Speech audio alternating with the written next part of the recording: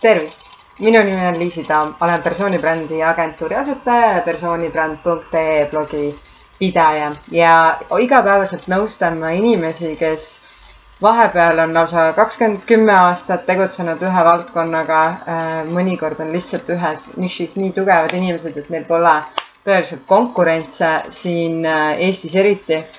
Ja see on tekitanud minus küsimuse, kuidas siis ühed inimesed on suutnud leida ja jääda mingile konkreetsele teemale kinni ja luua siis oma nimi selles või hoida ennast ise motiveerituna mingil valdkonnal. Vaatame kas või sportlasi, kes aastaid ja aastaid pingutavad justkui sama asju, teevad samu harjutusi, arendavad ennast, kukuvad läbi ja nii edasi. Ja ka endalt, kui ma vaatasin, et ühel hetkel tabasin, et ma olen 10 aastat ühe valdkonnaga tegutsenud, siis tekkis tõesti see küsimus, et kuidas siis mõned on südikad, suudavad nii-öelda vaatamata igasugustele läbikukkumistele, sellele, et keegi neist aru ei saa vahepeal, eriti kui sa tood midagi uut siia maailma.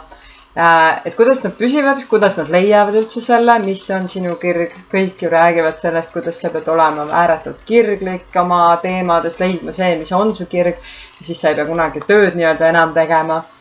Et need on tõeliselt probleemid väga paljudele inimestele, kes ei ole leidnud seda ühte asja või arvavad, et neil ei ole enam motivatsiooni millegi tegemiseks, oma töö tegemiseks, oma hobide nii-öelda järgimiseks. Ja ma leidsin ühe väga huvitava raamatu, mis on Grit, eesti keeles südikus, mida ma ka siis mõni aeg tagasi siin oma jälgijate vahel Instagramis ja Facebookis jagasin, loosisin välja.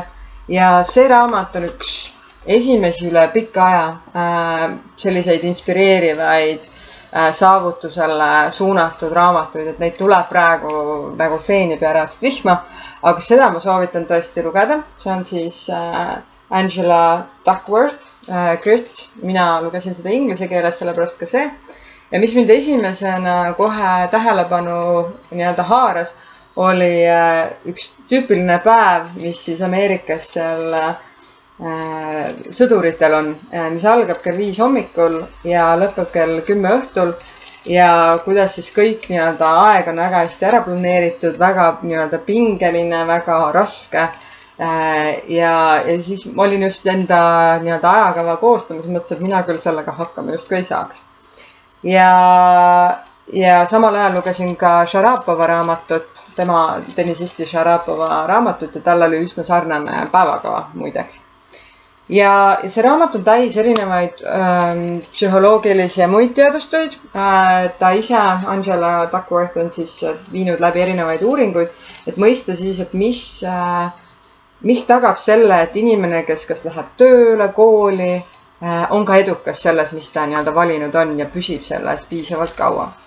Ja mis ta leidis, on siis 2 sellist parameetrit, et üks on kirg nii-öelda selle valdkonna vastu või teema vastu, teine on vastupidavus. Eesti keeles on ka siis selline sõna nagu säilenetkus, inglise keeles resilience.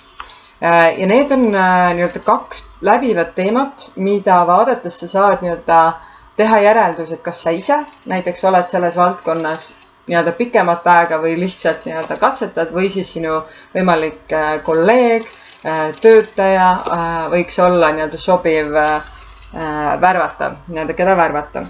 Lisaks sellele, et siin on selline tore ajakava, on tegelikult siin väga palju häid nippe selle kohta, kuidas oma eesmärke seada.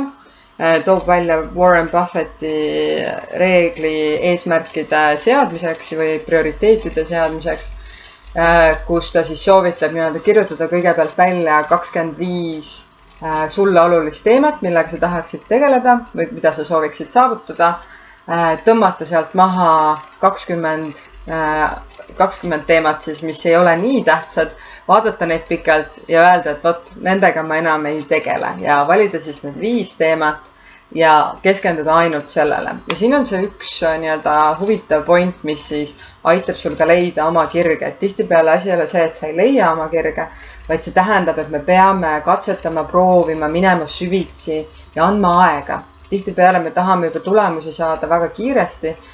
Töötades ise siin juhtide ja sportlastega, siis kui sa ei saa võitu, siis sa justkui ei ole midagi saavutanud. mina julgustan mõtlema siis pikaajalisemalt, vaata mis on need teemad, mida sa oled läbivalt juba teinud läbi aastate ja mis on need, mis tõeliselt huvitavad ja siis minema veel süvitsi. Et see on see, kust hakkab tulema sinu enda kirg. Ja siin on toodud ka üks tore lugu ühest koomiksi joonistajast või karikatuuride joonistajast Robert Mankoffist New Yorkeris, kes siis ka püüdis saada New Yorkeri ajakirja, et see oli justkui tunnustus, et ta on tipptegija selles valdkonnas. Ta aastaid proovis ja lõpuks ta avastas, et ta pidi leidma lihtsalt oma nüansi, kuidas seda teha omaks seda koomiksit. Ta õppis teistelt, kopeeris ja siis leidis läbi aastate ja harjutamise oma selle niši, millega siis jääda ka silma. Et jälle siin on kirg mingi konkreetse nüansi vastu oma oskustes ja järjepidevus seda õppida, arendada, harjutada, leida uusi viise ja jääda oma teema juurde, mitte siis kogu aeg vahetada teemasid, püüda, et okei, ma ei saanud siin hakkama, äkki mul on talenti kuskil mujal. Et suurim müük, mis vist tänapäeval ka värbamisel töövaldkonnas ja spordis kindlasti, mida meile õpetatakse, on see, et kui talenti ei ole, siis mis ma ikka siis proovin. Ja see on asi, mida ma sooviksin ka lõpetuseks meelde tuletada, et talent tihtipeale võib sul olla. Sa pead avastama, mis see talent on, kus see talent sinul on ja selle kallal tööd tegema. Ja tihtipeale talendikad inimesed jäävad oma algsesse faasi tänu sellele, et nad lihtsalt ei tööta enam selle kallal. Neile öeldakse, et nad on nii tublid ja talendikad ja nad unustavad edasi arenemise ära. Aga sina ära seda tee. Nii et soovitan kõigepealt minna lugeda Grit ehk südikus raamat ära. Äripäev on selle tõlkinud. Ja vaadata, mis mõtteid sina sealt saad, kommenteeri mulle alla, mis mõtteid sinus südikuse raamatu tagasiside tekitas. Kas sa oled lugemas või lugenud, mis oli sinu huvitavad väljavõtted sellest raamatust.